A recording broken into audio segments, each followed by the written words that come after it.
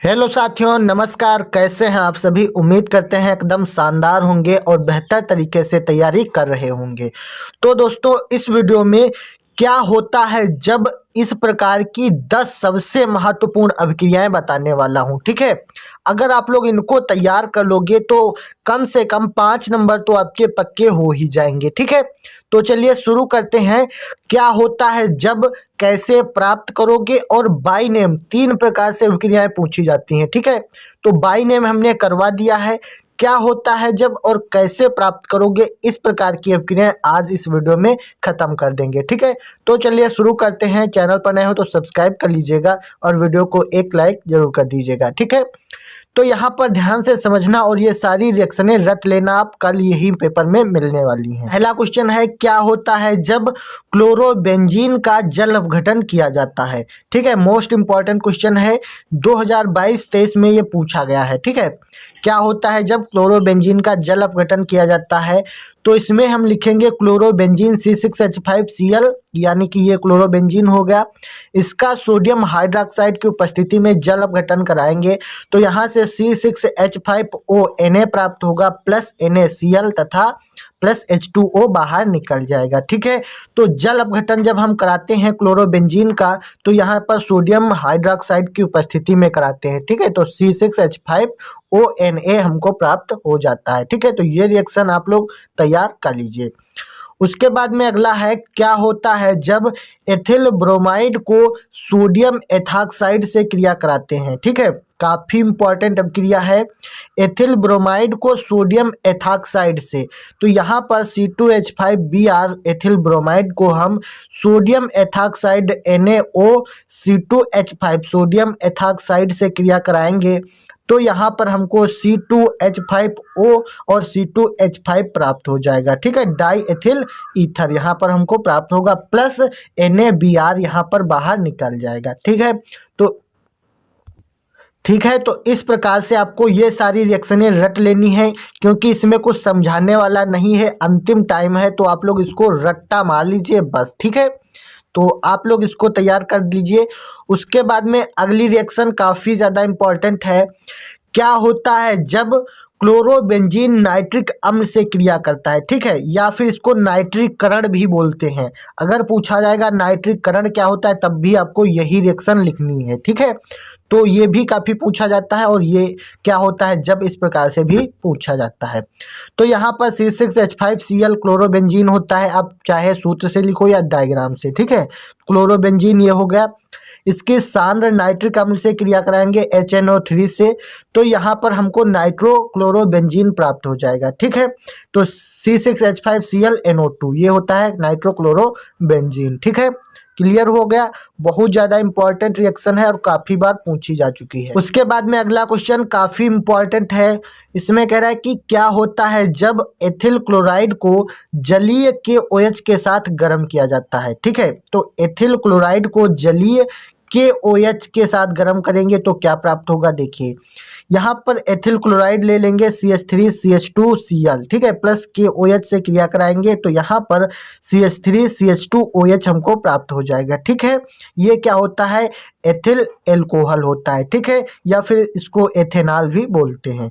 तो इस प्रकार से ये सारी रिएक्शनें आपको तैयार कर लेनी है। ठीक है, बहुत ज़्यादा इंपॉर्टेंट होती हैं इस प्रकार की अभिक्रियाएं। उसके बाद में अगला क्वेश्चन पूछा गया है, क्या होता है जब एथेनॉल PCl5 के साथ क्रिया करता है। ठीक है, बहुत ज़्यादा मोस्ट इंपॉर्टेंट है। एथेनॉल मतलब एथिल अल्कोहल, C2H5OH, इसकी क्रिया PCl5 से कराएंगे तो यहाँ पर C2H5Cl plus POCl3 plus HCl यहाँ पर निकल जाएगा। ठीक है, तो C2H5Cl क्या होता है, एथिल क्लोराइड होता है। तो यहाँ पर एथेनॉल की क्रिया PCl5 से कराएंगे तो एथिल क्लोराइड और POCl3 प्लस HCl बाहर निकल जाएगा। इस प्रकार से लिखना है। उसके बाद में ये रिएक्शन काफ़ी ज़्यादा इम्पॉर्टेंट है। पूछता है इसमें, क्या होता है जब फिनाल को ब्रोमीन जल के साथ क्रियान्वित किया जाता है। ठीक है, ब्रोमीन जल के साथ। तो अगर आप लोग यहाँ तक वीडियो पर बने हैं तो लाइक तो ज़रूर कर दीजिए। ठीक है, बहुत सारी रिसर्च करके आपके लिए ये वीडियो बनाए हैं। इन सारी रिएक्शनों को आप तैयार कर लीजिए, गारंटी है इसी में से आपको रिएक्शनें मिलने वाली हैं। ठीक है, तो चलिए देखते हैं। फिनाल को ब्रोमीन जल के साथ क्रियान्वित किया जाता है, मतलब फिनाल हो गया C6H5OH, ठीक है, ये फिनाल है। इसकी क्रिया ब्रोमीन और जल से 3Br2 प्लस H2O, ठीक है, H2O आप एरो पर रख सकते हैं, कोई दिक्कत नहीं। यहाँ से जब करवाते हैं तो आपको प्राप्त हो जाएगा ये, ठीक है, C6H5 और 3Br रहेगा यहाँ पर, एक यहाँ पर एक यहाँ पर, यानी 2, 4 और 6, ठीक है, और OH, इस प्रकार से आपको प्राप्त हो जाएगा, ठीक है।